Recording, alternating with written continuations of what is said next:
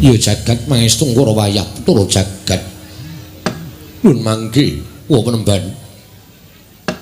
Miturut sasmitanipun Yayi Ratu Gendari wonten ing Paheman Datulaya titik lenggan sak mangke lenggah paduka wa penemban ing Ketal Kondo. Wa penemban Bisma. Kula ingkang putra Ngastina ngaturaken pasegan puna krami kunjuk sandhapada paduka wa penemban. Wa penemban Dewa Brata ing Ketal Kondawa. Oh, Mas Tunama Sidam Sekaring Bawana langgeng. Iya, Kaki Prabu. Mus ndak tompasung paseganing Kaki Prabu tumrap wong atuwamu ing Ketal Kondo. Ndak tompah karya bombong penggaliing wakmu ing Ketal Kondo. Mongko sok baline Pudyastawaning wong tuwa wae tampanana Kaki Prabu Ngastina. Kula pundhingga jimat paripin dayanana ing kasantosan. Kula cancang pucahing weni dumawahing wijang urma kateng werdaya saestu andadosaken cahya nur cahya daging ngerah kajiwanan. Mboten langkung kasekecak wanggen jengandika lenggah wa penemban Sang Mahat Mursi Wara Bisma. Iya, Kaki Prabu. Kaya wis ora kurang kepenak praptaning wong atuwamu ing Ketal Kondo. Ana ing Datulaya negara Ngastina iki, Kaki Prabu Destarata. Suman kula wonten paring adhawuh. Prayoga nunggu mengadep ngarsaning ingsun. Kawula non sampun boten kirang prayogi. Gusti kula ingkang sinuwun ing Ngastina, namung keparenga kula ngaturaken sembah pangabekti kula kunjuk. Ya, sumandak tampa. Akarya bombong penggalihku ora liwat prayoga nunggu mengadep Patih Sengkuni. Nggih sampun boten kirang prayogi biswanipun ingkang abdi kepatihan sinuwun. Begawan Durna semono uga prayoga nunggu ngadhep ngarsaning ingsun. Oh, inggih. Sang Adipati sampun boten kirang prayoga anggen kula ngabdiantara ngersa paduka. Ingkang sinuwun Gusti kula ing Ngastina. Namung parenga ingkang abdi ngaturaken sembah. Sumangga ming pangabekti kula kunjuk sandhapada paduka. Iya, Begawan Durna ndak tampa. Ora liwat pangestuku tampanana, kula pundhingga jimat paripin dayanana ing kasantosan. Kurupati wonten timbalan ing adhawuh Kanjeng Rama. Prayoga nunggun ngadhep ning ngarsanipun Rama lan tatanan adi-adimu Kurawa liyane kang padha gantung siba jroning Datulaya. Aja ngantuk ning padha saur manuk jeneng ingsun diambabarake wigati ning pasewakan. Menawi sampun paduka dawuhaken badhe kula candhingga jimat. Namung denelan sak samunipun kepareng kula ngaturaken sembah sumangga ping pangabektinipun ingkang putra kunjuk Kanjeng Rama. Ya Kurupati ndak tampa. Ora liwat pangestuning wong tuwa tampanana, kula pundhingga jimat paripin dayanana ing kasantosan. Nuwun sewu, wa penemban. Ndadosaken kagiat sotaning manahipun ingkang putra pun Dastarastra. Dene boten kados adat sabenipun pendak-pendak paduka penemban rawuh. Tartemtu paring cecala ingkang saderengipun dhateng ing putra ing Ngastina. Nanging boten kados sagedhakan menika. Boten kanthi kanyana-nyana jengandika wa penemban Ketal Kondo kepareng rawuh wonten negari Ngastina. Wa penemban wonten pigatos menapa? Menapa saestu badhe paring pidhendhan dhateng ingkang putra pun Dastarastra lajeng dosa kalepatan kula menapa? Upami paduka penemban badhe paring pangalembana dhateng kula lajeng menapa ing sampun kula tindakaken saged adamel kuncaraning negari Ngastina. Wa penemban Bisma. Jagat Dewa Bathara, Kaki Prabu wonten timbalan. Aja kaduk ati kajeron penampa. Yektine praptaning Bisma ning negara Ngastina iki sayekti ora nedya paring pidhendhan kelawan sira Kaki Prabu Ngastina. Namung kepengin banget nyatakake kelawan pekabaran ingkang wis sumebar awarata saindenging jagat. Bebasan jagat Ngastina iki nganti keberbeken marang umandanging kabar mau. Iya. Kabar menapa penemban? Mara Gage Wangsuna pitakoning awakmu ing Ketal Kondo kanthi pertitis. Apa pancen sira Kaki Prabu Ngastina wis njenengake Kurupati minangka dadi Prabu Anom? Tegese sesuk lamun mangsa kala sira Kaki Prabu lengser keprabon ingkang lenggah dampar keprabon ing Ngastina ya kuwi si Kurupati. Kaki Prabu Ngastina Kabar iki mau pancen napa kepara nyata apa mung kandhek ana ing pekabaran nganti kedarang-darang Bisma Prabu Negara Ngastina ingkang wigati mung kepengin nyatakake marang pawarta iki mau kulub Kaki Prabu Dastarata Handra ingkang Puspita rum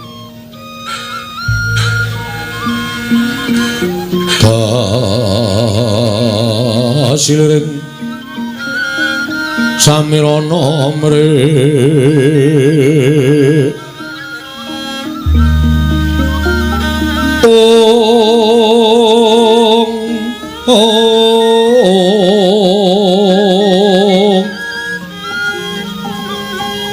Sekar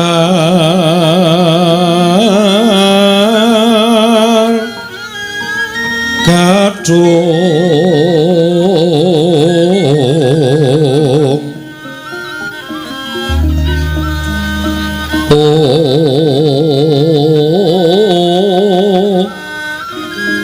Ngas Kandanya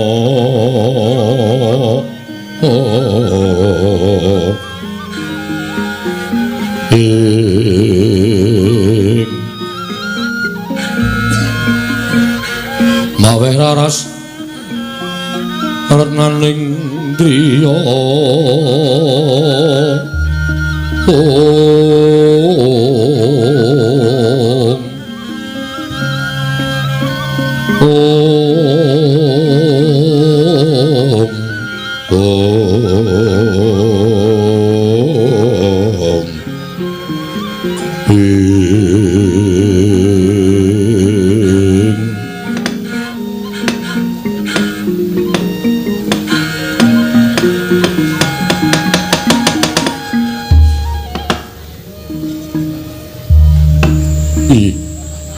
sewu-sewu kalapatanipun ingkang putra tadah Wadana wonten mben apan kepara saestu pekabaran ingkang sampun paduka tampi bilih ingkang putra ing Astina sampun jumenengaken anak kula Pambayun pun Kurupati minangka dados Prabuana bincang kinarya nglintir keprabonipun ingkang putra pun Dastarastra wonten mben Kosik Dastarata wonten timbalan Marata Gagi wangsul ana pitakoning wakmu ing Ngental Kandha lah kok dadi sira jumenengake Kurupati minangka dadi Prabuana ing Astina mau entuk pakone sapa lan kanthi dasar menapa sedaya menika awit krenteking manah kula piyambak jernyatanipun kanthi dasar wenemban mireng piyambak bilih estrinipun negaring Astina menika gadhanipun anak-anak kula Pandhawa lan kadang kula Yayi Kunti Talibrata namung imanipun jebul Pandhawa atmajanipun Yayi Prabu Pandhu Sawarga menika ugi boten lono gesang wonten ing alam padhang krana sami pejah kabesmi wonten ing bali golo-golo wonten ing kitha Pramanakati wonten ing Waranawata dumunten sampun boten wonten ingkang kula toleh-toleh malih ing estunipun negari menika badhe kula kunduraken dhateng Yayi Kunti lan para Pandhawa nanging gandeng Yayi Kunti lan Pandhawa sampun pejah kabesmi wonten ing telenging bali golo-golo tumunten sampun ngantos negari menika kumplang karana boten wonten alendranipun anak kula Kurupati ingkang kula wisuda minangka dados Prabu Anom badhe gumanti keprabonipun ingkang putra pun Dastarastra dandikati dasar Pandhawa tekaning pati ning bali golo-golo kobong karo ibune ya kuwi Si Kunti terus sira Kaki Prabu maringake negara Ngastina iki marang panguwasaning Kurupati ngono apa piye? Nggih kasinggihan mekaten Kosik aku tak takon sing ngabarke nek Pandhawa mati kobong ning bali golo-golo mau sapa lan sing ngabarke nek Kunti mati sak anake kobong ana ing kutha Pramanakati mau sapa coba aku tak ngerti Dastarata nggih wale-wale menapa mboten wonten sanes kejawi namung aturipun Patih Suman inggih Patih Sengkuni lah rak apa to apa mbok keparengake aku sambung rembug karo Patih Sengkuni kula sumanggaken wa penemban matur nuwun nggih Kaki Prabu Suman Patih Sengkuni kula wonten dawuh apa pancen bener kowe ingkang ngabarake Pandhawa mati karo ibune Kunti ana ing bali golo-golo inggih kasinggihan mekaten penemban Kok kowe wani matur ngersaning Nalindra Ngastina? Pandhawa tekaning pati mau entuk pakone sapa? Sarta dasarmu apa lan buktimu apa? Nalika semanten kula manggihaken rongkongan menungsa ingkang sampun gosok. Cacahipun 6 wonten ing bali sigala-gala. Cetha menika batos bukti menawi menika rongkonganipun Pandhawa gangsal lan ibunipun Dewi Kunthi ingkang sampun pejah kabesmi wonten ing bali gala-gala. Sing ngerti liyane kowe rongkongan cacah 6 mau sapa? Kathah Kurawa ugi sami ngertos. Seksinipun kathah tumuli rongkongan menika kula aturaken sinuwun Prabu Destarata. Dados bukti menawi Pandhawa sampun pejah wonten ing bali sigala-gala. Kuwi dasarmu inggih kasinggihan mekaten. Saya aku tak takon. Kok nganti bali palermaning Pandhawa kobong? Kuwi aku tak takon karo kowe genine asale saka ngendi? Lah menawi menika kula mboten ngertos. Geni menika asalipun saking pundi kula mboten ngertos. Saged ugi anggenipun sami mapan tilem kesesa tumuli sukunipun mancal dilah. Lajeng ngubar bali palermanipun para Pandhawa. Jernyatanipun Pandhawa lan Kurawa nalika semanten nembe kemawon bibar pesta-pesta Andrawina kembul dahar ngunjuk sesarengan. Oh ngono, inggih. Kose, saiki aku tak takon meneh. Kurawa karo Pandhawa nggone lerem ning bali gala-gala nalika semono cedhak apa ado? Caket Panembahan, caket. Ingkang sisih kiwa menika bali palermanipun Pandhawa, ingkang sisih tengen menika bali palermanipun para Sata Kurawa. Lah saiki pitakonanku. Kok sing kobong ming bali palermaning para Pandhawa kok geni ora ndilat marang bali palermaning Kurawa. Kuwi piye coba etungen. Lah menika kula inggih mboten mangertos, mbok menawi sampun takdir. Sampun kersanipun Gusti Mahanasa Pandhawa kedah pejah kabesmi wonten bali palermanipun piyambak-piyambak menika. Nalika bali palermaning Pandhawa kobong apa kowe ora mbudidaya nyirepmu baling geni? Kowe ora mbudidaya mateni geni sing ngobong bali palermaning para Pandhawa. Kula menika ngantos ketelasan ember. Kula pados mriki lepen menika ngantos kula bendung supados saged nyiram dhateng geni menika kala wau ning dasar wancinipun ketiga tur anginipun ugi banter. Mila geni boten saged dipun sirep malah ngobar bali palermaning para Pandhawa. Ngono, inggih. Dadi dasarmu kaya ngono kuwi. Inggih, mekaten Panembahan. Ya tak tampa sengguni, tak tampa, ora apa-apa. Ning apa mbok keparengake aku ngonceki marang kahanan ingkang saknyatane. Lho, kahanan ingkang saknyatanipun kados pundi? Ya bab rongkongan 5 cacah utawa 6 cacahe lan apa to sababe bali palermaning Pandhawa mau kobong. Lan rongkongan 5 sing mbok aturake marang anak Prabu Destarata mau dudu rongkonganing Pandhawa. Nuwun sewu. Sing ngukupi rongkongan menika kula panjenengan menika mboten sumerep kok ngeyel. Lho, aku ki ora ngeyel. Mengar kepengin ngandhake sak tenane nggih Pandhawa sampun pejah. Panjenengan menika sampun wangkal. Sengguni wonten dawuh, aku ki pendhita lho.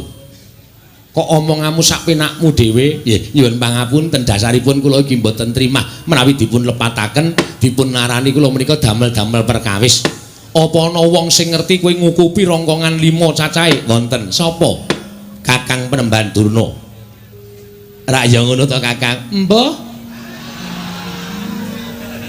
Kakang Durna, pripun? Sampeyan ra ya weruh kula ngukupi rongkongan cacah 6 to? Nggih weruh, Dik Pate. Sampeyan pun saguh dadi seksi. Oh, nek perkara dadi seksi nyuwun pangapunten dereng sagah. Lho, kok durung saguh? Dasaripun rongkongan menika mboten saged dipun percakaken menapa menika rongkonganipun Pandhawa, menapa menika rongkonganipun tiyang sanes. Nuwun sewu lho, Dik. Mboten nampa kula menika badhe damel pepeteng dhateng gesang panjenengan menika mboten. Ning nyatane wong rongkongan menika ya ora iso dipesthekke. Sing jeneng rongkongan menika namung balung. Nalika semanten sampeyan wis kandha nek saged dadi seksi. Niku rak wau. Wau niku beda karo sakniki sing jeneng menungsa niku urip nang alam padang menika owah gingsir. Saiki iya sesuk ora saiki iya ki ya wis biasa. Wo, lah kok ngono. Ngono, ning aja ngono. Ira dalan. Dadi sampean ora gelem dadi seksi. Mboten perkara ora gelem dadi seksi, mengko ora iso dinyatake napa menika rangkonganipun Pandhawa menapa sanes. Suman, kula wonten dawuh. Saiki ngene. Tak unceki saka ngarep ya, men Kaki Prabu Dastarata pirsa. Nggih. Nalika kowe ngrancang gawe bali palermaning para Pandhawa sing mbok dawuhi yasa bali palermaning Pandhawa mau jenenge Kuruncana. Kuwi duwe anak cacahe 5 lanang kabeh. Monggo anake lanang kabeh kuwi sing diajak nyambut gawe palermaning para Pandhawa. Apa to sababe kok nganti Pandhawa palermane Kobong Kurawa kok ora? Merga wis tok rancang bali palermaning Pandhawa mau mbok olesi nganggo gandha rukem. Mbok olesi nganggo lilin lan sak piturute, mbok gawe nganggo barang sing gampang murup. Sak wayah-wayah mbok obong bali palermaning Pandhawa kobong ning bali palermaning Kurawa ora kobong. Kuwi sepisan. Kowe kelingan ora? Nalika Kuruncana kepengin melu ngeyup ana ing bali palerman, terus tok dawuhi turu ning emperaning palermaning Pandhawa. Aku isih kelingan. Inggih. Monggo Kuruncana sak anake 5, ya. Upama rongkongan menungso mau rongkongane si Purucana sak anake kuwi memper jernyatane melu kobong ana ing bali palermaning para Pandhawa.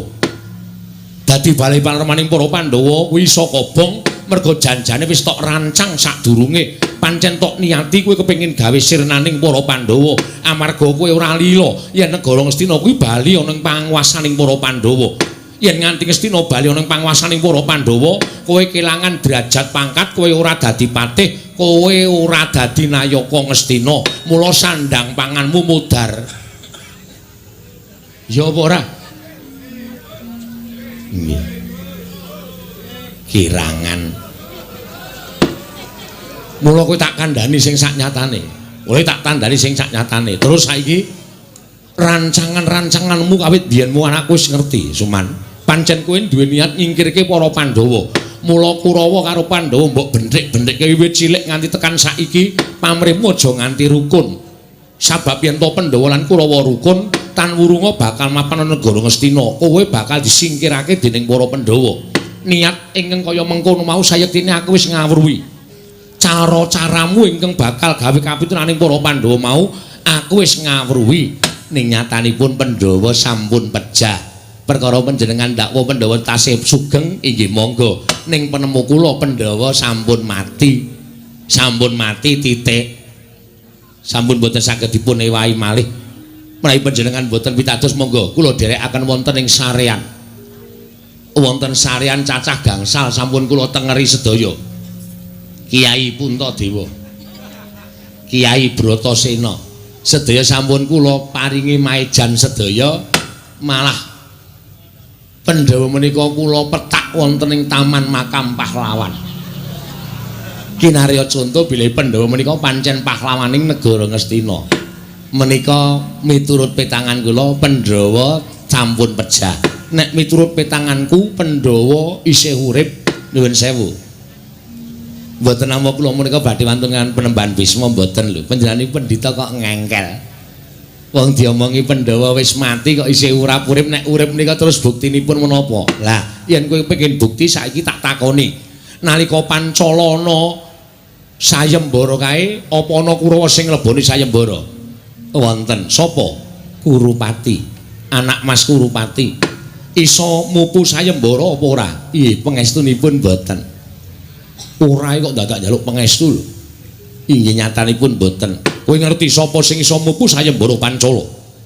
Inggih boten mangertos namung kabaripun Brahmana Muda 3 saking telenging wana. Lah, kowe tak omongi senguni. Kowe tak kandhani Kaki Prabu. Aku tak matur karo sampeyan. Yen to semene Pandhawa isih urip, ya mung nalika ana ing sayembara Pancala ana sawijining Brahmana 3 cacahe. Sing siji nganggo jubah kuning, sing siji nganggo jubah ireng, sing siji nganggo jubah putih. Brahmana 3 muda mau ingkang bisa mupu sayembara wekasan boyong para Drupadi. Kowe ngerti ora? Brahmana 3 ingkang bisa mupu sayembara Pancala mau tananalya kejawa namung siji Puntadewa, 2 Bratasena, 3 Permadi. Dadi Pandhawa saiki isih urip ya mung uripe ning alas kerendet ri bebondotan uripe mung kaya jene jalmawanan memangane ming sarwa woh-wohaning tengah alas ngombene banyu sendang. Oh, lah kok bumi langit uripe Pandhawa karo Kurawa. Mongko sampeyan ditutipi karo Pandhu anakku supaya nggulawentah marang Pandhawa.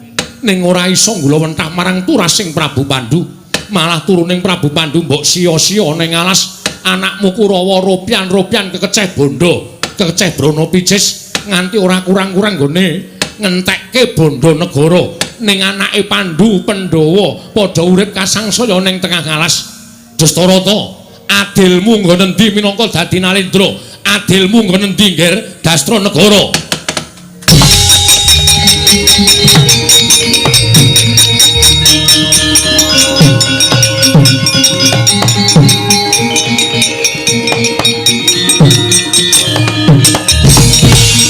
Wong bagus yo pijer muwon tanpa guna lemut pijer apa yakti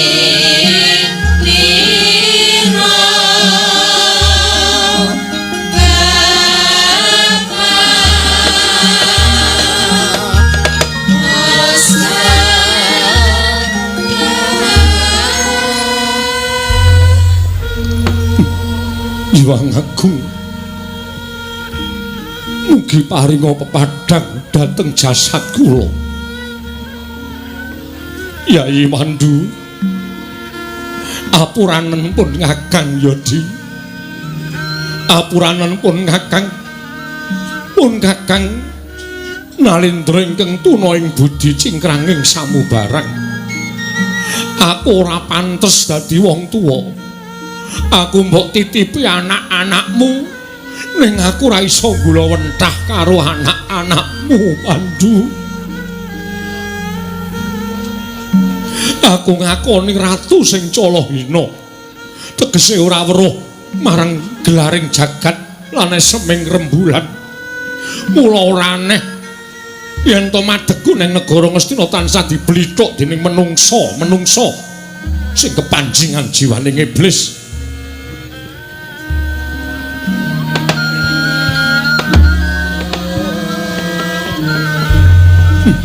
Dewa, kula nyuwun pengayoman Dewa. Tobat. Nggih sampun ngados mekaten Kakang Adipati. Perkawis menika sampun ngantos dipun penggal ingkang langkung rebet. Tumrap kula ingkang kedah penggalih menika namung putra Paduka Parasata Kurawa. Menawi saking pametang kula Pandhawa menika tasih gesang inggih. Menika mboten dados menapa sampun pejah. Inggih tumrap kula mboten menapa-menapa jernyatanipun ing kedah panjenengan. Tapakaken kamulyanipun menika putra-putra panjenengan Parasata Kurawa. Kenging menapa Paduka dadak gegasah dhateng penggalih Paduka piyambak. Namung menggalihaken dhateng para Pandhawa jer. Pandhawa menika sanes turas Paduka ingkang sah. Ingkang sah turah Paduka menika inggih Parasata Kurawa. Mila sampun sak terpawijing andika menika jumenengaken Kurupati menika dados Prabu Anom ing negari Ngastina ing benjangipun gumanti keprabonipun Paduka Kakang Adipati negari Ngastina. Dari ora sambung rebuk. Kowe karo adimu Suman wis pidak jempol. Kowe karo adimu Suman wis padha ngethek seranggon nebu sak uyun ngono pengen nyingkirke marang para Pandhawa. Apa mbok kira aku ora ngerti gedhamu? Ya. Pendak-pendak Pandhawa mbok Kurawa tok bendrik-bendrikke. Pendak-pendak Pandhawa Kurawa mbok gathuk-gathuke mbok gasruk-gasrukke men padha sengit. Men padha regejegan. Kuwi niatmu nggonmu kepengin ngukup kamukten negara Ngastina karo adimu Suman. Inggih stone merasa wangsulan. Wong wadon mamah kendali. Senengane mulang karo wong lanang. Kowe karo Suman ki upama ora tak dadekke bojoku, Suman ora tak dadekke adiku ipe. Kowe arep mangan apa kowe? Inggih. Wong wadon anggere lambene tipis wani karo wong lanang. Sekecap padha sekecap. Lambene tipis. Nek pasang idep mata kenjengaten. Mengargo sangu ngantuk kok diayu-ayu. Inggih. Nyuwun pangapunten estunipun niat kula lho rasa duwe niat apa-apa. Aku kuwi dudu anakmu, aku dudu adimu, aku kuwi bojomu. Kowe aja nuturi aku. Sing pantes kowe iki tak tuturi. Inggih. Nyuwun pangapunten. Oh penemban. Piye nggih? Menawi mekaten kula tetepaken sakmangke anggen kula maringaken Prabu Anom dhateng anak kula pun Kurupati.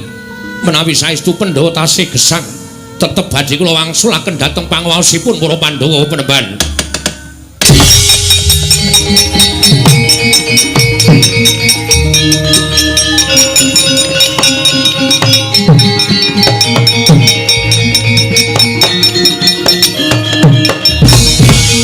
Kosek bener nanging kurang pener penemumu lho. Nyatanipun kula sampun ndodhohi kalepatan lan kula badhe mangsulaken negaring Astina menika dhateng panguwasipun para Pandhawa. Mula aku matur bener nanging kurang pener. Liripun kados pundi? Sabab sabda Brahmana Raja ora kena wola-wali kaya Wikresna temameng dlancang. Sabdaning Nalindra ora kena wola-wali. Mula yen to wis mbok paringake marang Kurupati ya wis, ya mung kudu ana dalan supaya Pandhawa aja nganti murina. Yen to nganti Ngastina iki mbok paringake marang Kurupati. Lajeng paripun wa penemban. Durna, kula wonten paring adawa. Piye iki supaya ana dalan sing prayoga supaya Pandhawa aja nganti nesu yen to ngerti negara Ngastina diparingake marang si Kurupati. Oh, kula menika apal kalian watak wantenipun para Pandhawa. Pandhawa menika lare sabar, lare ikhlas. Pandhawa menika mboten nate nuntut menapa kemawon. Mila menawi sampun dipun paringaken dhateng tiyang sepuhipun, Pandhawa menika namung nampi. Ngono. Inggih. Lah banjur penemumu Ngastina kajengipun dipun lenggahi dening Prabu Anom Kurupati, nanging Pandhawa kedah dipun paringi liru bumi ingkang ageng jembar tuwin suburipun sami kaliyan negari Ngastina. Lah kuwi aku malah mathuk, aku malah gathuk. Lah saiki ngendi? Bumi sing jembar lan subure padha karo Ngastina. Ah menawi areal pertanahan menika sanes tanggal jawab kula. Tanggung jawab sapa? Patih, Patih kula aturi dangu Patih Ngastina. Sengkune kula wonten dawuh. Yen Pandhawa tekan kene bakal dijoli ngendi? Pandhawa menika sampun pejah. Tekan kene iki sing tekan kene leluhur apa piye? Dik Patih pripun? Sampeyan ampun ngoten to Dik Patih? Penemu sampeyan ya durung karuan bener. Mula saniki sampeyan kudu paring dawuh bumi ngendi sing pas dienggo ijol para Pandhawa. Nek cara kula wonten namung tasih wujud wana wasa. Wujud wana bebondotan. Pundi? Wana Marta nggih wana mertani. Kose-kose aja ngawur. Nalika aku nom biyen aku tau tate nderek Kanjeng Rama Prabu Sentanu bebedak ana ing wana mertani. Ya wana Marta. Kuwi dudu kebawah keperintah negara Ngastina, ning kuwi wengkon negara Wirata. Menika rak riyin. Wiwit taun 95. Wana Marta menika kula ingkang ngehaki. Patokipun kula jembaraken piyambak. Lho, apa wis izin karo Ratu Wirata? Mboten saijin-ijinan. Jembarke patok mendadak izin-ijinan sing wigati dijembarke pun cara kula niku dadi wengkon negara Ngastina. Lho, Dik Patih, sampeyan niku ngerti mboten Dik Patih? Wong sing malak babakan lemah, wong sing malak senengane jembarke patok niki nuwun sewu lho. So nek mati awak sampeyan jujul lho. Apa kelakon mayite sengune didak bangkekane? Perkara didak bangkekane iki wis ora krasa. Didak mbok ya men. Wong mati wis ora krasa terus ya sapa sing weruh? Sampeyan pancen ngeyel banget to Dik Patih. Pun lho, niki mboten wonten sing ajeng ngucik negara Ngastina. Pandhawa wis mati, rangka nganem wis kula aturake. Ya wis yen ngono mengko yen upama ana Pandhawa sing tekan kene, upama lho Kaki Prabu paring ana bumi Ngamarta, sira ikhlas. mboten ikhlas sabab menapa. Namung Pandhawa mangke nampi menapa mboten apa penembahan perkara nampa karo sing baku sira Kaki Prabu wis tumindak ingkang saadil-adile tumrap putra-putramu kabeh. Nggih, ngestaken dawuh. Rekat lampahing rata tanpa antara prapteng sukuning arga.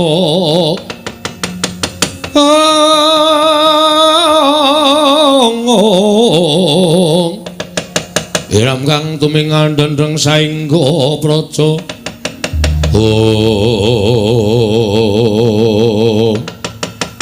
Dereng ngantos pariswana mimbal wacana.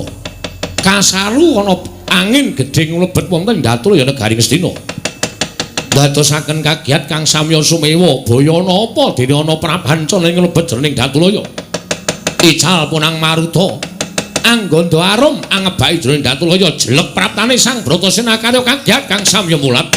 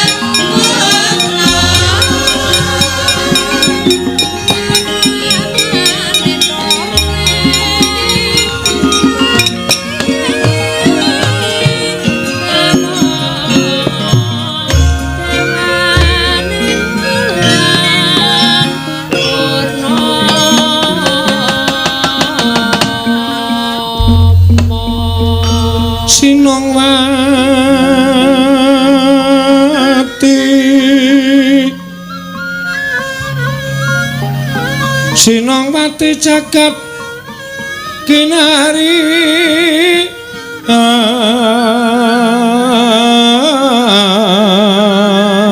among mbak lumembak tombak ing samudra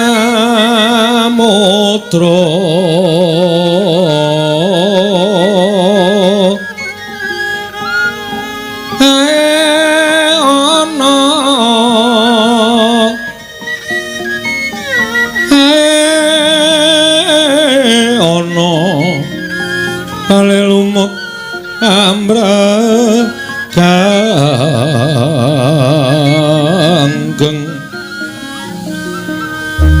bawita denceng dencengan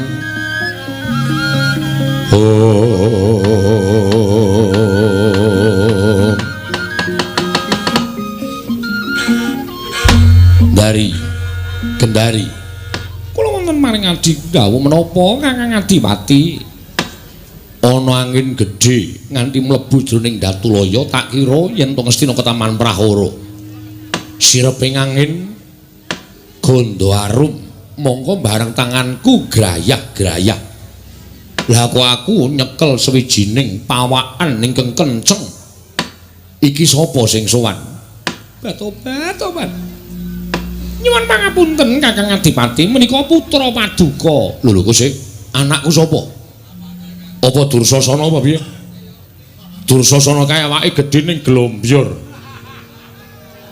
nek Dursasana dudu mongko awake gedhene ora jamak iki sapa Batobat menika ingkang putra lho anakku sapa atmajanipun Yayi Dewi Kunthi kok sik anake Yayi Dewi Kunthi kasinggihan mekaten sapa inggih menika pun Bratasena anakku inggih kasinggihan mekaten Kakang Adipati sengguni mau nek disengguni mau Dipate pripun dipadosi pun kajengipun Suman kula wonten dawuh kok suaramu adoh men inggih kula wonten wingking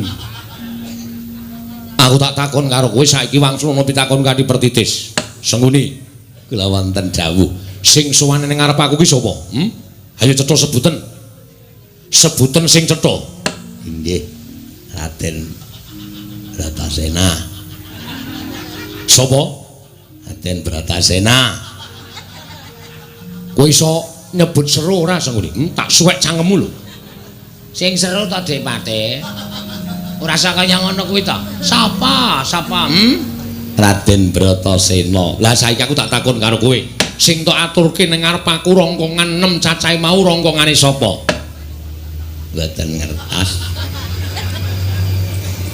nyatanipun rongkongan menika kobong wonten ing bali palermanipun para Pandhawa engko gek kowe duduk jaratan Dipate ora ngawur to Kakang duduk jaratan nyatanipun ugi mekaten Suman kok kebangetan temen to kowe iki tak dadekke patih kowe iki dadi mripatku ngerti yen ratune iki cacat netra ora iso nyuruhi marang glaring jagat eseme rembulan sing kudune kowe iki dadi netraning ratu ning malah aku mbok blusuk-blusukke patih model piye kowe model baru Dipate mbok cangkeme sing apik takoni karo ratu model baru dengkulmu mocot ora kula ya bingung kok ya nyatane kula niku ketoke ya Pandhawa ning kok isih urip Raden Bratasena eloke trek eloke teng pundi Bratasena padha raja sak pratamu nggir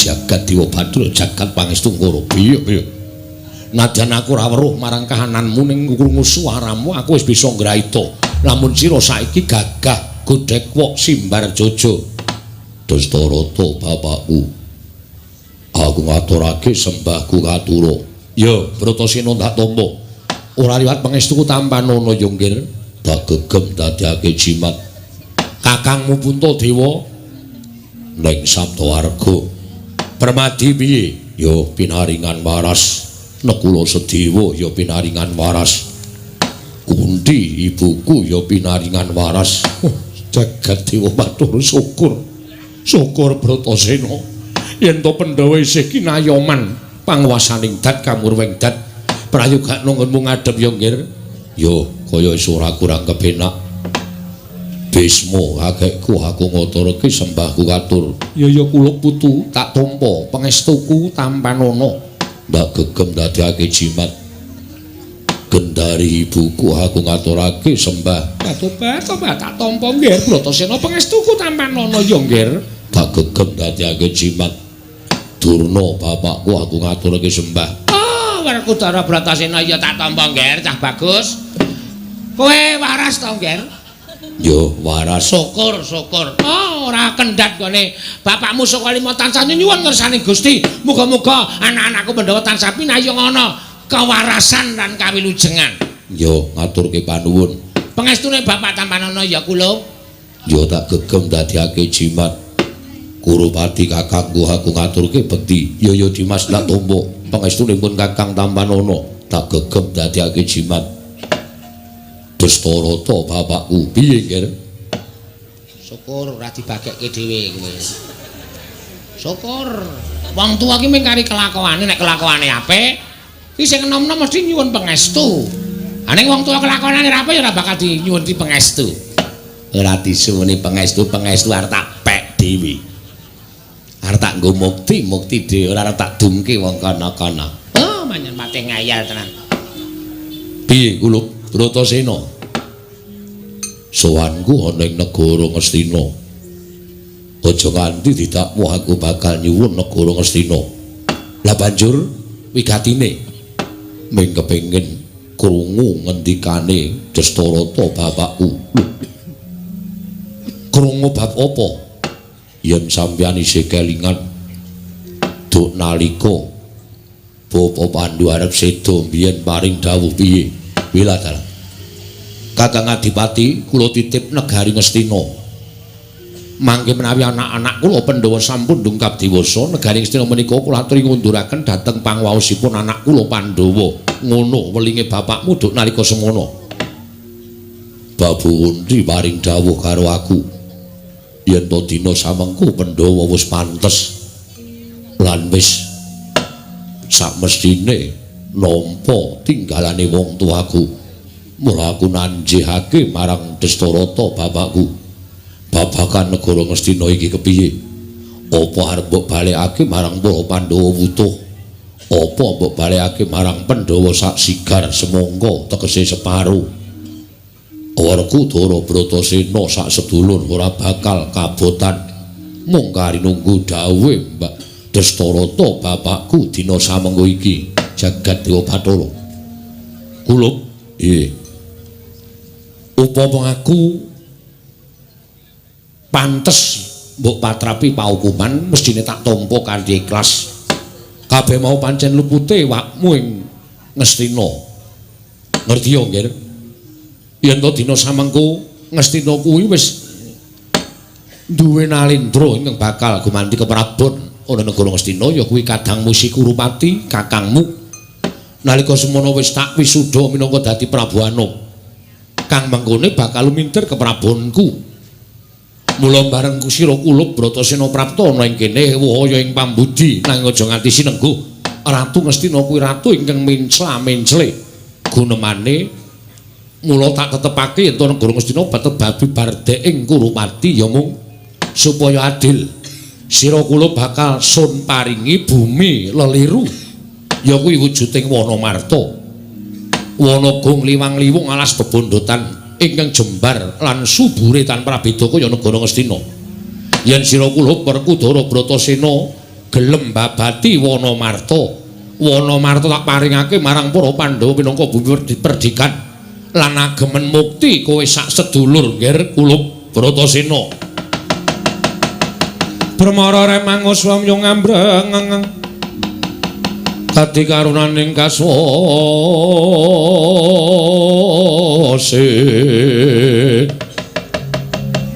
yaneng arga memalatkum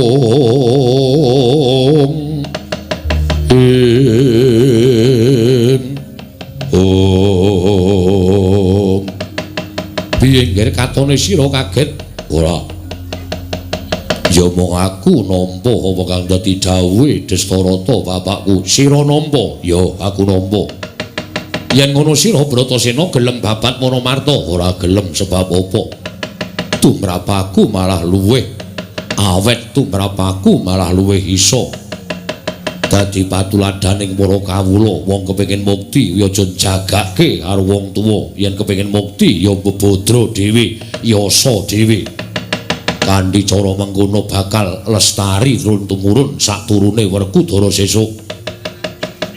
Terus sira arep babat miwiti babat kapan? Ora sah sesuk, saiki aku njaluk pamit. Bakal miwiti babat. Yen sedina iki sira bakal miwiti babat, kowe matura cah bagus kowe nyuwun apa? Aku ora nyuwun apa-apa. Apa nyuwun Raja Brana Picis? Aku ora nedya rupian, ora nedya seneng-seneng ning bakal nyambut gawe. nyambut gawe yen sangu Brana Picis ping bakal mangro paningali ora bakal meleng ciptane nggone babat Wonomarta. Apa kowe nyuwun Wadyabala supaya enggal kelakon babat Wonomarta arep tak babat dhewe. Iso babat dhewe ya saka aku, ora iso ya saka aku. Yen dibantu karo wong liya aku wedi yen sesuk aku kelakon mukti nang Wonomarta. Wong-wong sing padha bantu karo aku padha ngrasani Bratasena iso kaya ngono kae merga saka pambiyantuku. Mula aja nganti keputangan budi, iso tak lakoni dhewe, ora iso ya tak pasrahke pati uripku. Ning aku wong tuwa, matura kowe butuh apa? Ming siji sing tak butuhke, butuh apa? Matura. Mangkatku iki mengko. Wiwit aku mangkat tak jaluk Dastarata bapakku ora dahar, ora sari. Tansah nuwun marang panguwasaning Gusti. Surungen nganggo dongamu supaya aku iso nglakon babat Wonomarta Dastarata bapakku jagat Dewa Bathara. Hurupati wonten dawuh.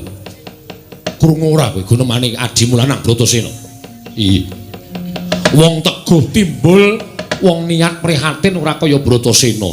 Pandu. Kowe duwe anak 5 dadi wong apik-apik kabeh. Aku ki ndek anak 100 kok gentho kabeh.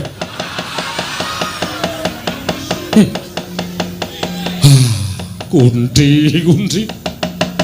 Bratasena, pambegamu kaya mengkono mau gawe bombong ati ning wong tuwa. Dari kula wonten maring dawuh. Ngene iki lho, arep anake sithik ning panggula wentahe bener iso njunjung karo derajate wong tuwa. Nadyan adiku Pandhu wis ora ana ning swarga kana mesem weruh tembunge anake lanang. Persasat kaya diunggahake ning swarga Tundasanga. Oh, alah, aku ki mak brol 100 ora ana sing pakra mbaka siji. Sing barep ya ngono tansah ngegungke karo sing wong tuane, sing adi-adine ngegungke karo sing barep. Apa ana anak ratu kok sabane nggon uthuk Citraksi karo Durmagati nganti ngentek-entekke apa-apa. Jagat Dewa Bathara. Ing atase anak ratu kok sobo klithikan adol ragangan pit. Nek Citraksi karo Durmagati rak ora klakon apa bapakne iki ora nyukupi apa piye? Ya, Bratasena, kanthi cara mengkono aku ora bakal dahar, ora bakal sare. Sing wigati mung bakal njurung pandonga marang sira kulup. Yen ngono aku njaluk pamit. Sing ati-ati aja kaya bocah cilik ya ngger cah bagus. Apa ora kembul bojana dhisik karo wakmu ing Ngastina? Wah, wiwit dina iki aku nglakoni babat yen iso aja mangan, aja turu. Supaya enggal rampung nggonku babat Wonomarta. Yen to nganti kentekan tenaga piye tak pasrahke marang Purbaning Hyang Mahanasa. Jerpati uripe manungsa kuwi gumantung marang sing gawe jagat upama dipesthekke Bratasena mudhar ning Wonomarta tak ikhlasake nyawaku. Bisma hakeko aku nyuwun pamit. Ya kulup ndak pepuji saka ing Ngetrakanda muga-muga lebda ing karya apa kang dadi pakaryanmu. Ya ngestu rada. Gendari ibuku aku nyuwun pangestu. Tobat sing ati-ati Bratasena. Durna. Bapakku aku njaluk pamit. Oh, Kinarya Pratandha nek aku ki gurumu Werkudara. Wiwit dina iki nganti tekan sesuk nggonmu rampung babat. Biasane aku mangan ping 3 bakal tak dadekke ping 5. Wis ta, niku poso. Lho, poso wareg jenenge poso wareg. Oh. Dadi kudu mareki weteng. Nggih. Niku ya apik, Dipati, apik. Oh, nggih sak karep sampeyan. Muga-muga kasempatan penjangkemu ya Werkudara Bratasena. Yo, matur nuwun Kurupati kakangku aku njaluk pangestu. Surti ati-ati Dimas muga-muga lebda ing karya. Dastarata bapakku aku njaluk pamit. Kandel ora njaluki pangestu ta Dipati. Kowe diliwati terus. Ora apa-apa. Pokoke pangestu tak pek dhewe. Arep tak nggo mengestoni anak putu-putuku dhewe. Ora mengestoni wong liya. Surti ati-ati duga-duga digawa. Yo aku mangkat dina iki Dastarata bapakku.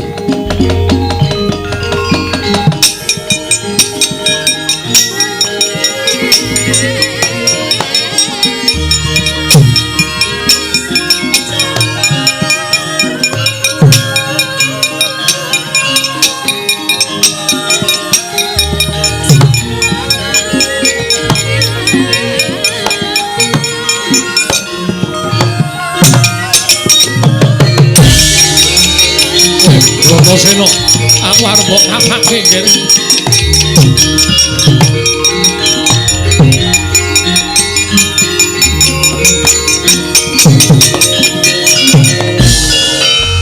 Dastarata bapakku. Wiwit cilik nganti tekan gedene semene aku rong tau nampa pangudange wong tuaku ya bapakku Pandu. Durung tau digendhong, durung tau dikapak-kapake, ngerti-ngerti wis ditinggal mati. Sing kanggo ijol wong tuwa ya ming Dastarata bapakku. Mula sawangen jagate Bratasena iki jejeg apa bengkong.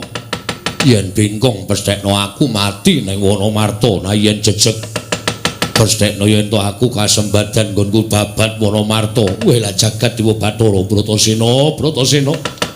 Anakku nggih anakku cah bagus. Ndak sawang jagatmu jejeg ora bengkong. Kajen lamun kowe bakal klakon babat Wonomarta nggo mukti kowe sak kulawargamu. Aku njaluk pamit Dastarata bapakku.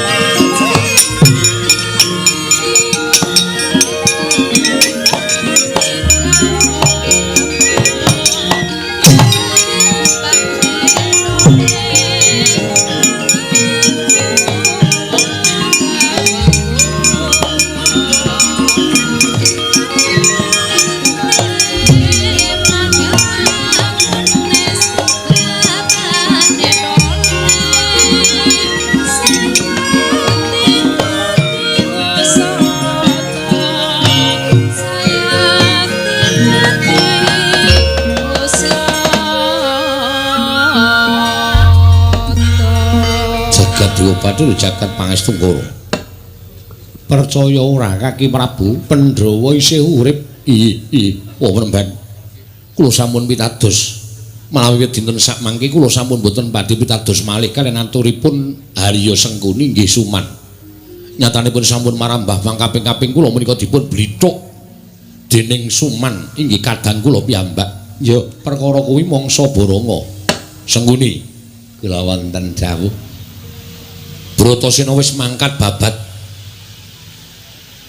Titenana anggere kowe engko ngetapke anak-anakku Kurawa tok nggo bebeda si Bratasena gedene mbok nggo gagalake Bratasena nggone babat yen nganti konangan aku aja takon dosa ora mung tak copot kelenggamu dadi patih ning tak seksekke wong sak negara Ngastina yen to kowe iki wong menungsa sing kepanjingan jiwaning iblis wajibe tak tugel gulumu. Nggih ngestaken dawuh eling-eling ora sampe naik dhewe nggih Kakang tugel gulu niki ngrekoso sampeyan wis bakal urip nggih kelangan sirah lompat aja mangati sirah tolo tenan tingil-tingil cilik nika nggih Kakang Gurupati wonten dawuh yen nganti kowe ora gelem wadul karo bapakmu aku yen to kowe entuk dawuh saka pamanmu Suman kon bebeda si Bratasena kowe ya tak katutke dosane cak copot le dadi pangeran pati tak kon minggat saka Ngastina. Nggih ngestaken dawuh menapa badhe dipun dawuhaken paman pati badhe kula unjukaken somaduka Kanjeng Rama. Lah merga Bratasena ora kleru sing kleru ki awake dhewe kono wis gelem nampa kahanane mula kowe aja nganti ganggu gawe karo Bratasena. Nggih ngestaken dawuh. Wah penemban, ana dawuhmu apa nggih? Monggo kula kanthi manjing sasana pambujanan. Kembulandrawina kaliyan ingkang putra pun Dastarata. Apa ora prayoga yen to Kembulandrawina disigek sawetara? Lho, para paduka, apa ora luwih becik lamun minggah ing sanggar pelanggatan manembah marang purbaning Wang Mahanasa? padha ngrepekaken kidung suci rahayu supaya nyembuh kekuatan putuku si Bratasena. Waduh penemban nyuwun pangapunten. Menawi telu menika dawuhipun waduh penemban kula namung jumurung dederek. Kuwi luwih prayoga. Begawan Durna, wonten dawuh.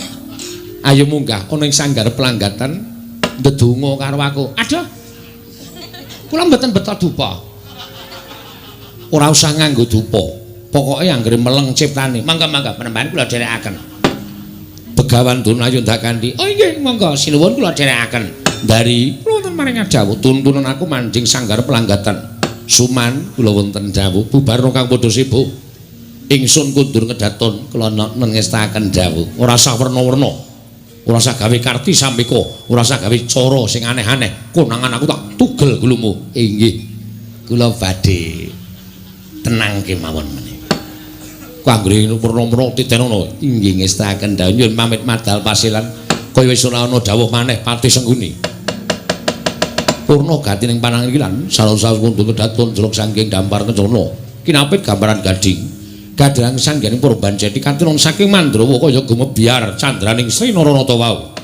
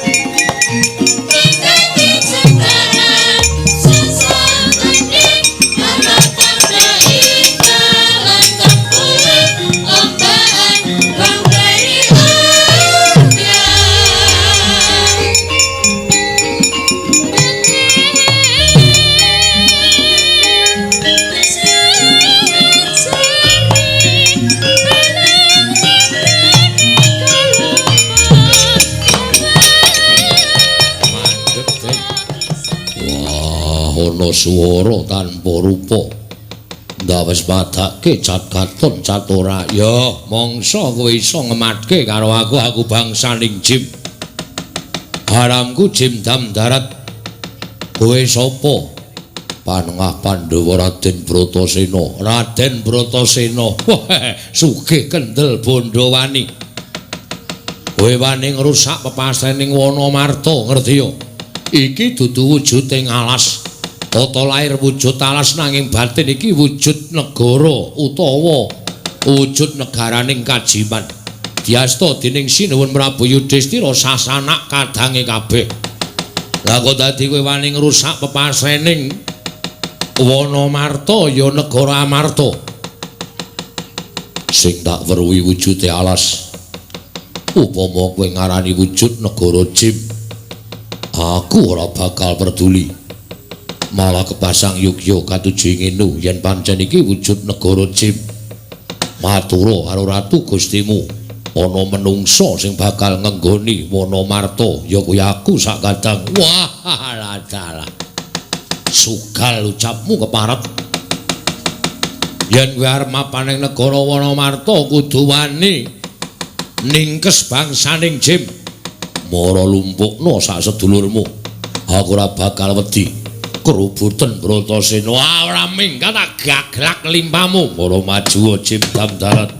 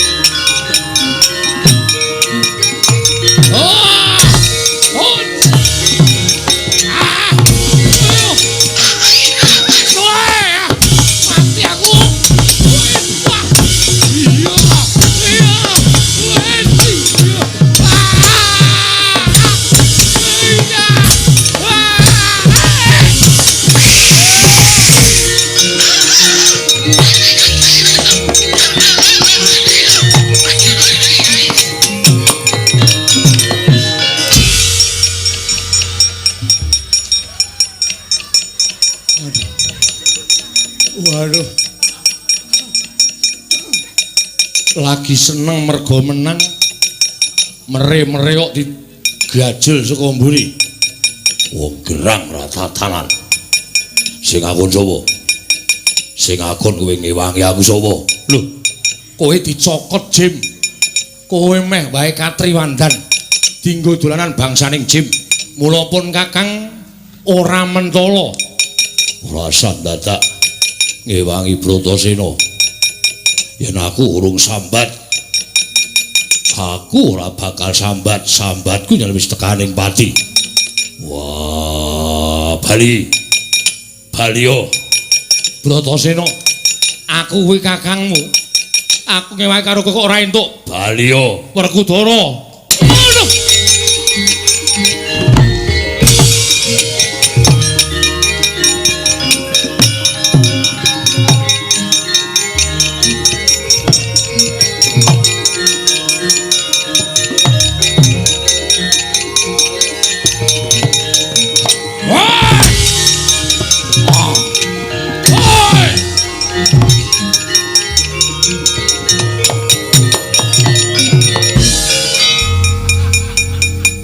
Jim iki nek kliwat jam 12 matane lamur. Aduh. Piye Jim dandaran? Aduh, modar ki ana maneh. Jebul ingkang babat menika mboten namung tiyang setunggal. Wong pira? Ganepipun wonten kalih. Ingkang nami Raden Bratasena. Kula agalan tegesipun ngetingalaken dhateng diri kula. Sajaipun boten saged menang. Tumunten kula boten kasat meripat. Raden Bratasena kula cokot ngiwonengen. Piyambakipun sampun sambat-sambat kula getak kuntal jebul wonten wanara ulesipun pethak. Ingkang tumiyuh saking Dirgantara. Ngajar dhateng kula mongko kula wis ora ketok ya ketheke ijik weruh mawon. Dibandingi ngiwonengen. Pun kula sumanggaken. Nggawa gaman. Wah, pun kula gadhekke. Prajurit kok ora nggawa gaman, witekno nggo mlebokke sekolah anake. Pun kula gadhekke gaman kula. Oh, lah nek perang piye? Ayo nyilih-nyilih. Yo, Bratasena. Kowe iso menang karo prajurit piandelku. Iki patih sapu jagat tiban tampang sutra Jala Kencana iso nglawat meguru karo kowe parat.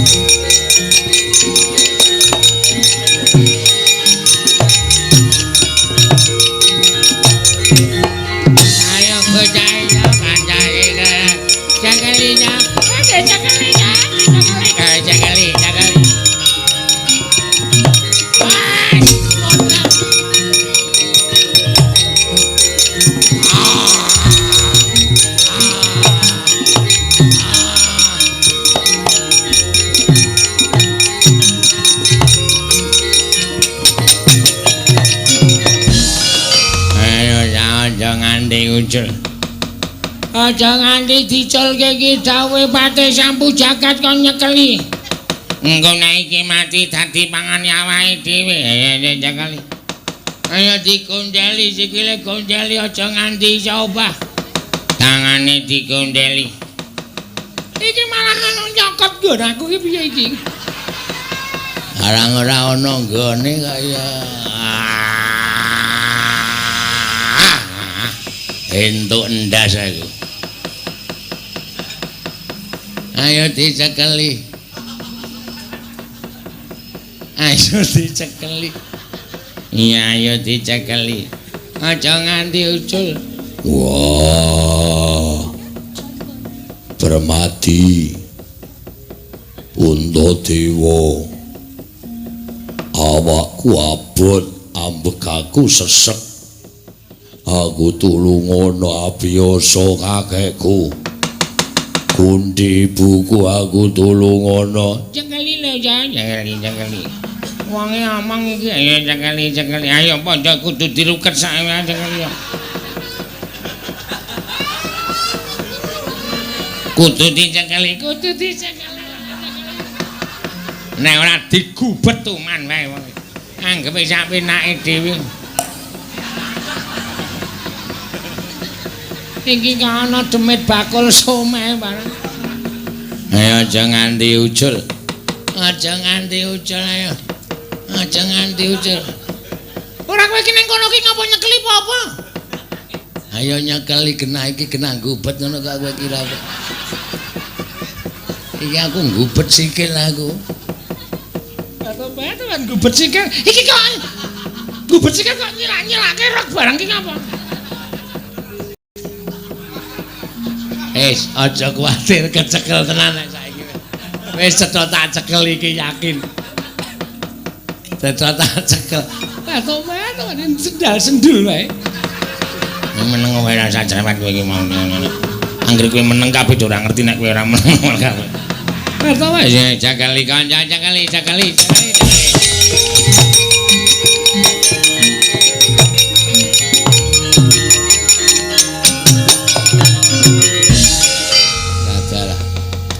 Kroyok bangsaning Jim. Adhiku Bratasena ora weruh. Nanging akeh sing padha gubet sarta ana sing akeh sing padha gondheli tangan lan sikile. Wah, Permati. Aku tulungono Permati. Puntadewa kowe do mrene aku tulungono. Menenga wae Dimas. Tak tulungi adhiku wong Gagah Bratasena muga-muga wal saka para jim kang padha ngrubut karo kowe.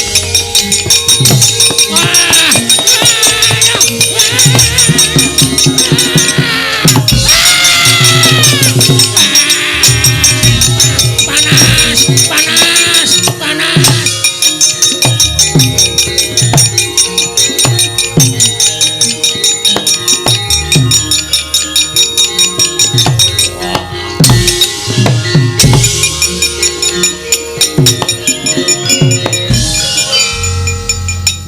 Dalah. Mbok yo apik-apike iki atur panuwun. Wong aku mung dimatur nuwuni wae senengku ora jamak.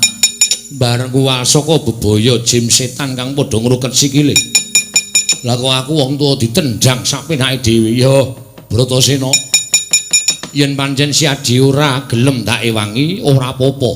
Nyatane pun Kakang mung nyoba marang penggaling si Adi. Jebul pancen pengawak waja tutukno Yayi tutukno tak jangkung saka Kendari Sada muga-muga kelakon penjangkamu mbuh ketemu karo aku sok pirang taun meneh Prabu.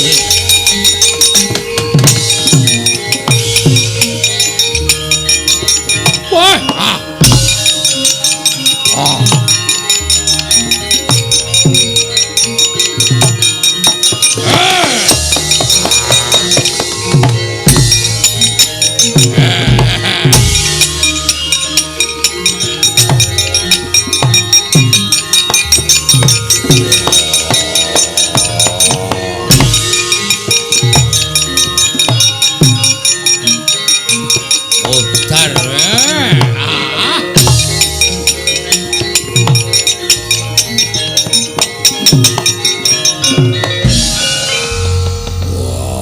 Licik.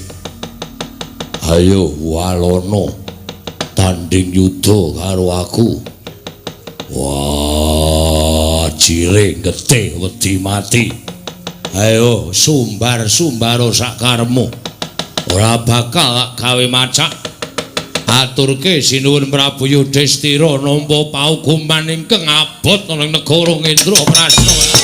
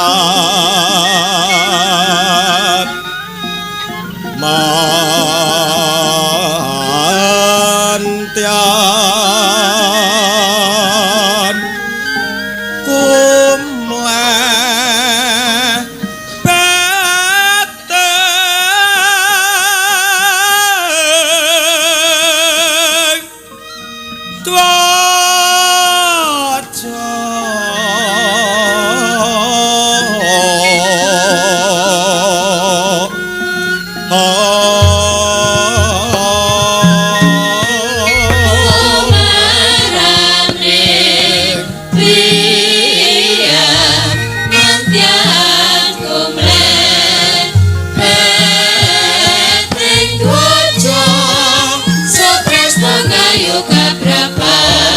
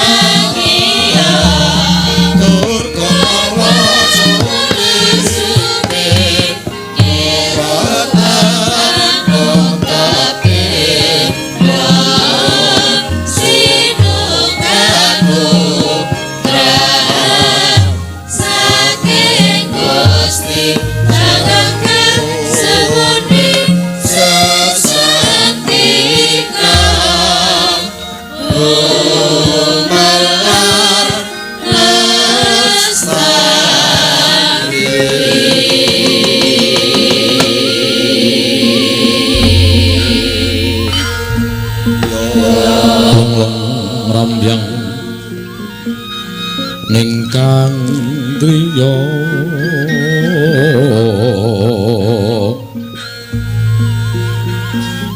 Lurewang Candra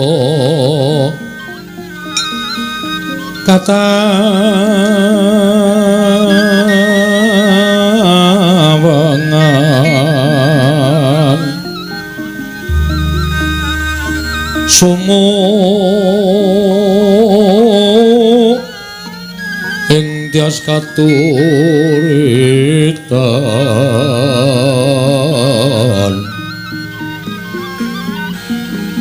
limut kabiyataning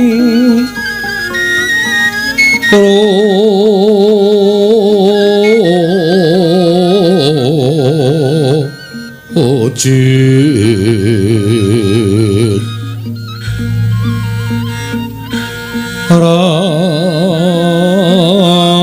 ram remengdri ya ma nawum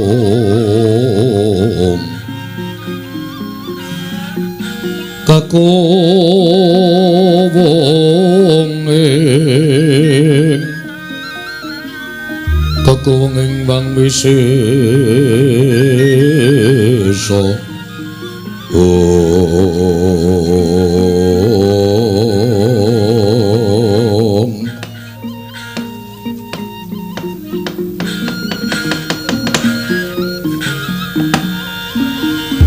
Mun amit pasang kaliman tabi tinebina ing raduni dumawaing tawang tuwang wulun wonten anggen padu kandhang dhateng wiswanipun Jemanggara Parna inggih pun Citrasena saking pertapan sumur gumuling kadawan mingkah wonten ing Sulendra Bawana pukulun kula jumadung dawuh badhe wonten pidendhan menapa ing badhe kadhawaken dhateng abdi saha bebingah menapa ing badhe kula tampi mugi kepareng wambabarana ingkang sejati.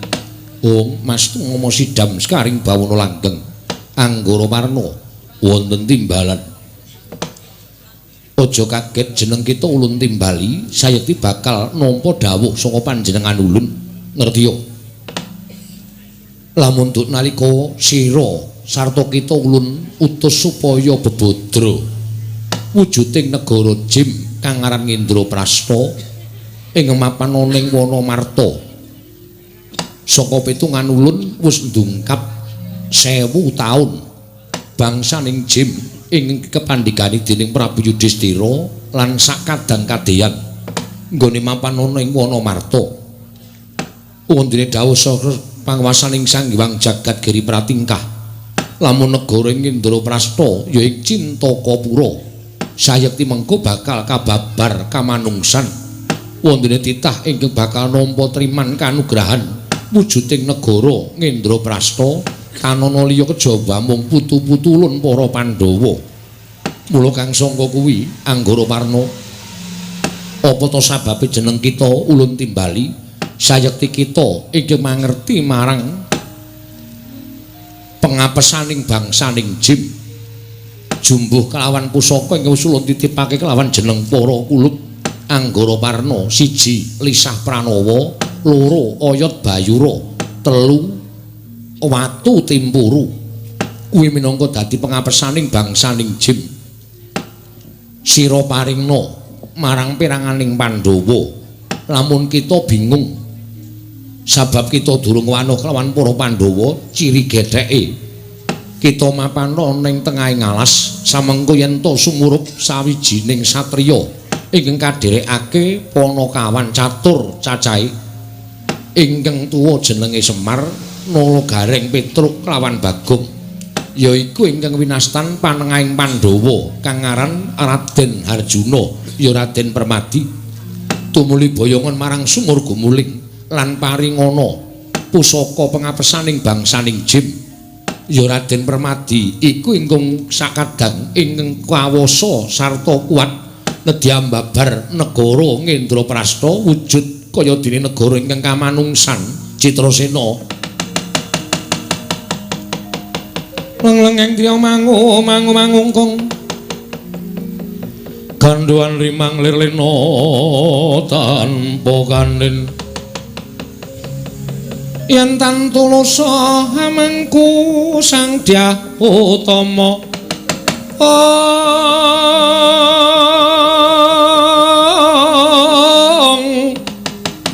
Nalindra muda wuwuse Nalindra muda wuwuse angrerepa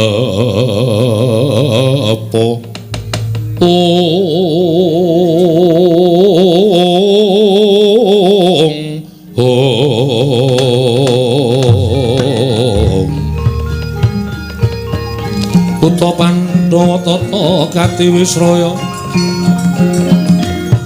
Syung nyoma winges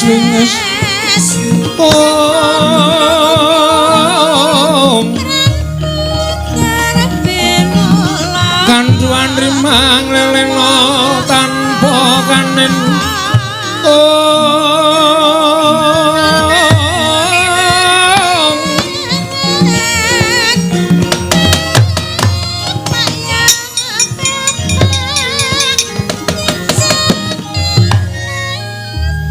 Ulun dosa menapa ing badhe kula sandhang menawi kula wantun handhuwa dhateng kepareng Paduka menapa ing sampun Paduka dawuhaken badhe kula candhi nggo jimat mangkato upadinen panengah Pandhawa ulun ora bakal mangku asta wisuh lumuh ngentasi perkara tansah nganglang jagat kepengin nyumurupi kahanane negara Indraprasta ingkang wis titimangsa kudu kababar wujud kamanungsan lho niki nyuwun pamit madhal pasilan sing ati-ati aja kaya bocah cilik Anggara Warna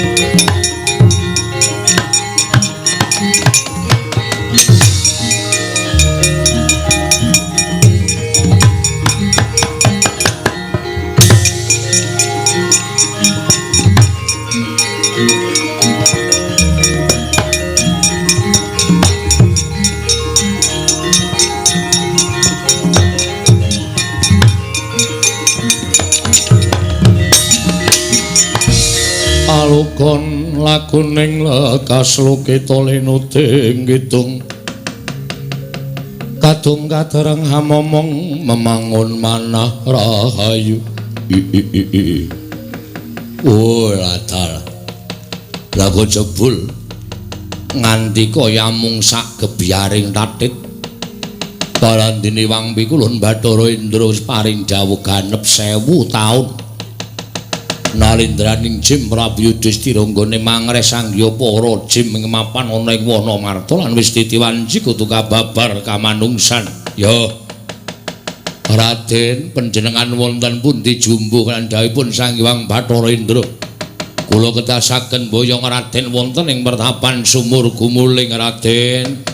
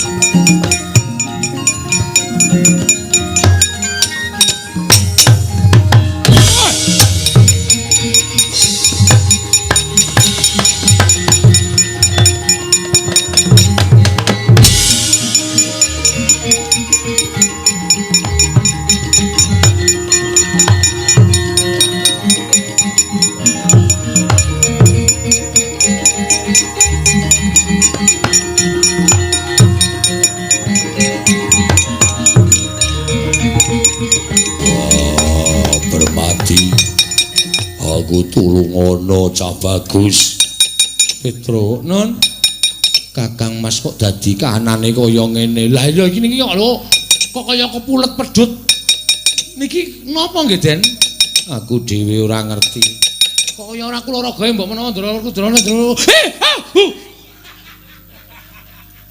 napa Petro panas e niki kebul niki nek ditembus niku kaya mlonyoh tangane guys gonggong mah seneng nak aku kok apa ora guys ora apa-apa dajalan as engko dadak ngene kok bombang malah ngrekoso malah ora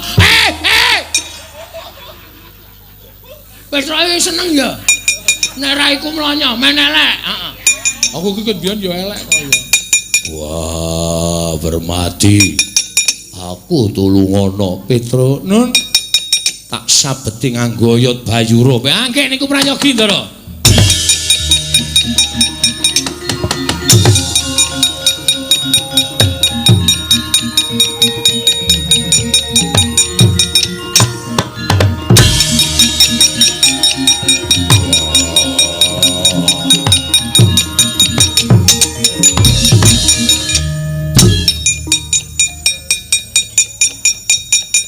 asline iki ngopo ya asline wong ora ana apa-apa kok mesti cuk wah slamet aku Petro slamet nek ora aku sing nglametke sapa kowe sing nglametke wah madan nganggo apa ki penjalin cacing ki sing kula ngene wah aku maturke panuwun padha-padha mulane ora sok ngecaki nek ora ana aku sapa wah Petro non mumpung kowe nang kene ayo diwangi babat diwiwiti meneh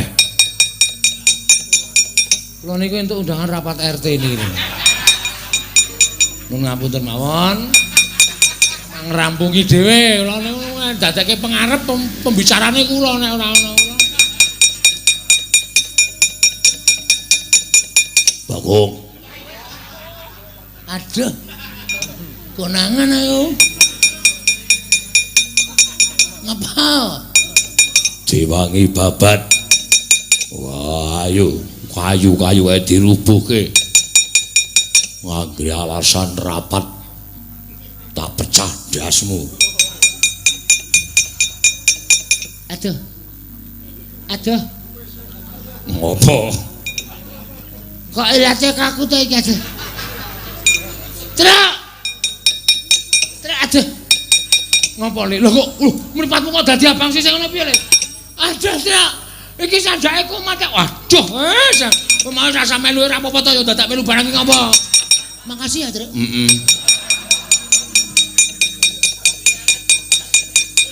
Kakang Mas sawetawis kula aturi kendel kula badhe matur Kakang Mas Permadi arep matur apa?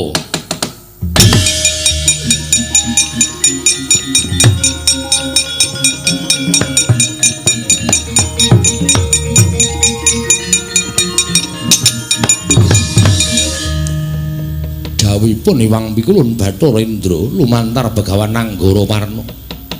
Wana Marta menika sanes wujuding wana nanging wujuding negari. Negari bangsaning Jim ingkang nami Indraprastha, yasanipun Bathara Indra. Kacariyos gesangipun bangsaning Jim menika sampun ngancik 1000 warsa laminipun lan negari menika kedah kababar kamanungsan wonten ing kedah nampi kanugrahan menika kala wau para Pandhawa menika dawing Anggara Parna ingkang dados abdinipun Bathara Indra. Wah, aja gampang karo bangsaning Jim. Ya iso uga pancen bener apa sing dikandhake ning bisa uga kabeh mau mengkinarya. Akal sing licik supaya Pandhawa percaya karo bangsaning Jim. Menawi kula mekaten monggo sami dipun buktekaken. Pandhawa gangsal kedah mlebet sarengan telenging Wana Marta. Wah, yo pinten tangsih tak gendhonge.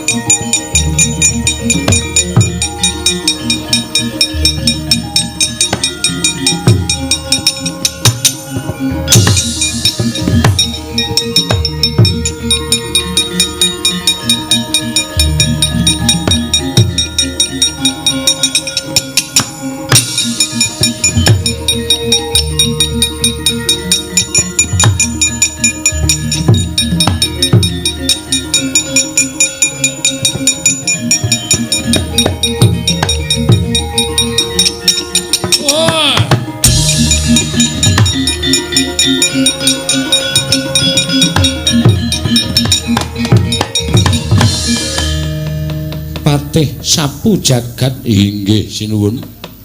Eneng apa mlayu-mlayu? Ngaturaken ketiwasan bilih kula sampun ngrangket jalma menungso ingkang wantun damel risak Wana Marta naminipun Raden Bratasena. Sampun kula bondo mawi jaya kekiyatan tampang sutra jala kencana. Mila bab pejahipun satriya menika kula borongaken jengandika Gusti kula ingkang sinuwun. Sumingkira saka papan kene patih sapu jaga inggih ngestakaken dawuh.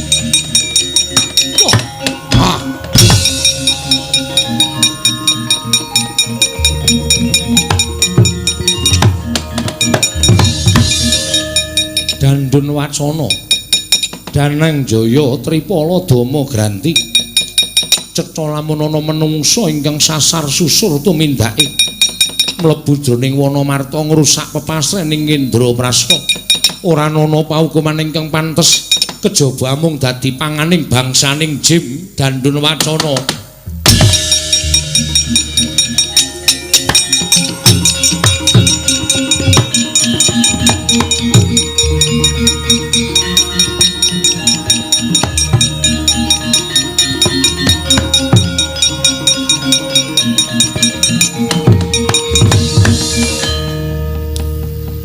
Yudhistira, nggih wonten dawuh pukulun. Aja kaget ulun Bathara Indra ingkang prapta ana ing telenging Wana Marta. Sayekti mung bakal paring dawuh kelawan jeneng kita sumurupa. Nadyan kita wis bola-bali ingsun sasmitani lumantar pasumpenan. Nanging pagine kita ora tanggap marang apa kang dadi sasmitaning Bathara Indra. Mula tumuli ulun mudhun ing Janaloka ingkang wigati dawuh kelawan jeneng kita sakadang. Lamun titi mangsa kelungguhan iki wis purna dharma kita minangka dadi nalindraning bangsaning jin lan ulun keparengake bali marang asal mulanira inggih Pukulun lan negara Ngendraprasta ingkang sekawit dadi negaraning bangsaning jin bakal kababar kamanungsan wondene sapa ta ingkang bakal nampa kanugrahan wujuding negara Ngendraprasta. Ora suwe meneh bakal ana satriya 5 cacah ingkang prapta ana ing ngarepan kita. Kita jawani pisan-pisan gendak sikara kelawan satriya iki. Sabab satriya 5 cacah ingkang aran Pandhawa iki ing wis tinuding dening panguwasaning Dat Kang Murwengdat bakal nampa triman negara Ngendraprasta. Sak jajane kang wujud wana marta iki Yudhistira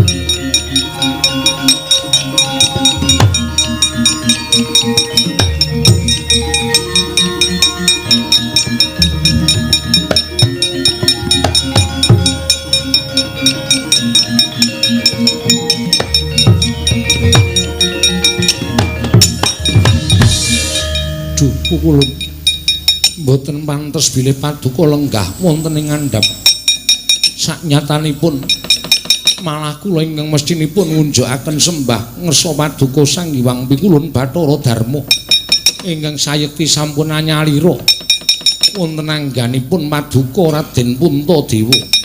Pukulun kula ngaturaken sembah pangabekti kula sakadang kunjuk ngersa paduka Pukulun Sang Hyang Bathara Darma. Pukulun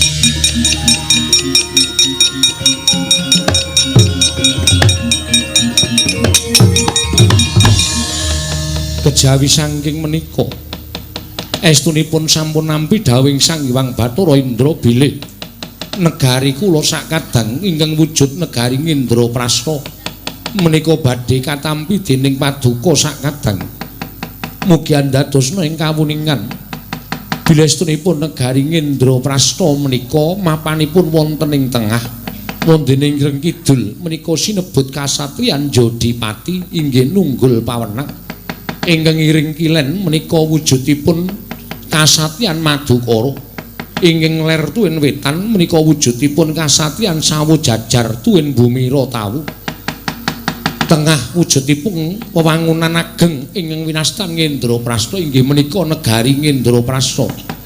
Dinten sakmangke kula pasrahaken dhateng paduka Pukulun Sang Hyang Bathara Darma miwah paduka sakadang muga kersa anampi wujudipun negari Ngendraprasta menika saha klilanana sakmangke kula manjing nganggo paduka supados sakmangke boten peteng kasuwarganipun Yudhistira sakadang menika Pukulun.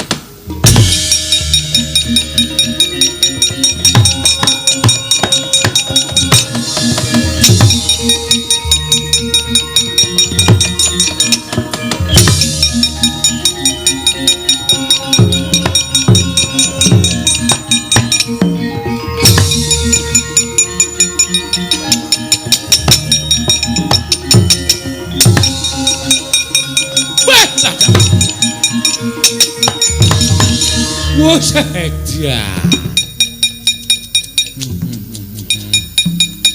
Gong, alas sing maune gong liwang-liwung kok dadi lampune tingkerlip 17-an paling. Hus. 17-an piye? Acara gedhen, ora acara gedhen. Negara Ngendraprasta kok. Wah, jan wis kababar dadi kamanungsan ya, Tru. Ya iki